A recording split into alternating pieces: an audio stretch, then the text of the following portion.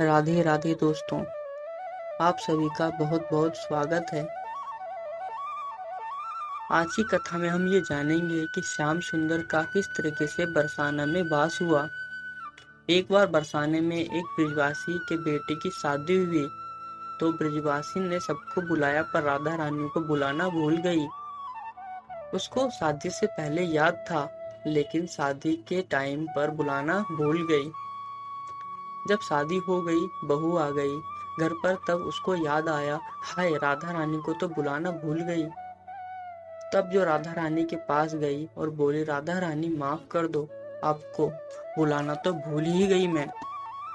राधा रानी बोली, कोई बात नहीं, भूल गई, पर आपने मुझे अपने दिल में तो याद रखा, यही मेरे लिए सौभाग्य की बात है। कितनी उदार है राधा रानी, कितनी करुणाशील है। राधा रानी बोली, नई नवेली बहू कैसी है? ब्रिजवासिन बोली, अभी अपनी नई बहू को बुला कर लाती हूँ। जब राधा रानी से मिलने गई थी तो अपने बहू को रखवाली के लिए एक सखी के साथ उसको छोड़कर गई थी। ब्रिजवासिन के आने से पहले ठाकुर जी उसके घर पर गए और दुल्हन का श्रृंगार करके बहू को सुला दिया और खुद बहू बनके घूंघट ओढ़ लिए। ब्रिजवासिन बोली, बहू से राधा रानी तुझसे मिलना चाह रही है, जल्दी चल। कृष्ण दुल्हन रूप में घूंघट से अंदर से बोले, श्रीजू मुझे याद कर रही हैं, घूंघट ओढ़ के ही जाऊंगी उनके पास। जब महल पहुंची तो सास ने बहू से कहा, ये ब्रिज की रानी है। कृष्ण और घूंघट में शर्माते जा रहे हैं। जब किशोरी जी के पास पहुंची तो सास ने कहा, बहू से किशोरी जी के चरण स्पर्श करो। चरण स्पर्श की बात सुनते ही ठाकुर जी बहु रूप से प्रफुल्लित हो गए और किशोरी जी के चरण स्पर्श करने लगे। किशोरी जी ने मंगल आशीर्वाद दिया, अपने प्रियतम की हमेशा प्रिया रहो।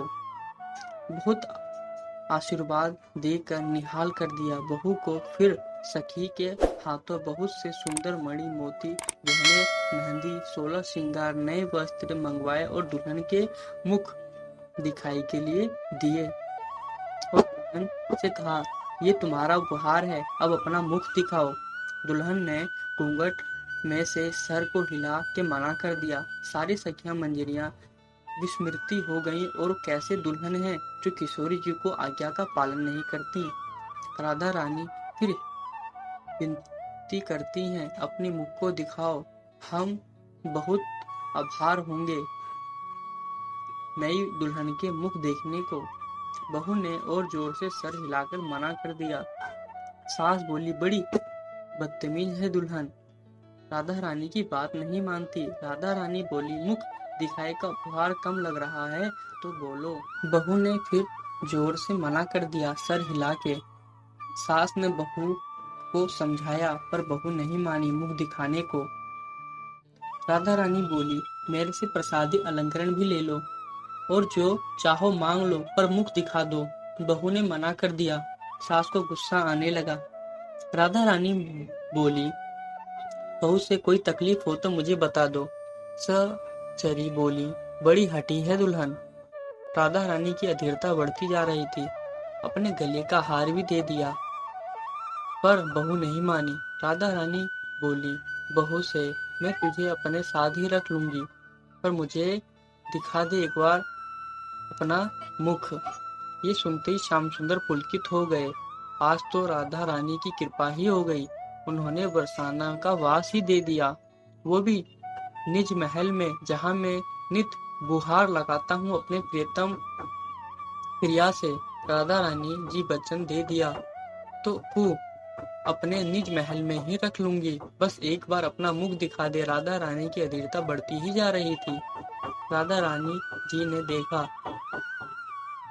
पर उसने अपना चेहरा नहीं दिखाया। ललिता जी से देखा नहीं गया। किशोरी जी की अधीरता। ललिता जी बोली, बड़ी हठी है दुल्हन, अभी इसे बताती हूँ हमारी किशोरी जी को काहे अधीर करे जा रही है।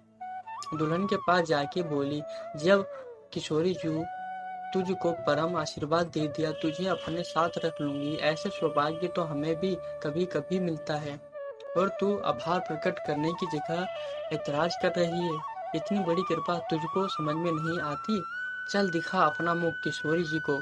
बहू ने घूंघट से कोई उत्तर नहीं दिया, पर घूंघट के अंदर पुलकायमान हो गए। ललिता जी बोली, तू ऐसे नहीं मानेगी, तुझे मैं बताती हूँ। बहू को पकड़कर घूंघट उठा दिया। घूंघट उठाते ही महल में सन्नाटा छा गया। सारी सखियां और मंजरियां दुपट्टा मुख पर रखकर मंद मंद मुस्कुराने लगी। खुसरू जू के आनंद की सीमा न रही। सब ये नई बहू का जोर जोर से स्वागत करने लगे। चारों ओर नई बहू की मंगला बधाई गाई जा रही थी। श्याम सुंदर लज्जा के मारे घूंघट दोबारा ओढ़ लिए। तब किशोरी जू नए बहू के पास गई और उनका मुंह निकाल दिया, और किशोरी जी बोली, ऐसी नई बहू की मुख दिखाए में तो मैं तीनों त्रिभुवन ही वार दूं। श्याम सुंदर बोले, आज तो जीवन सफल हो गया। कितने युगों से आस थी कि बरसाने का वास मिल जाए, आज पूरी हो गई।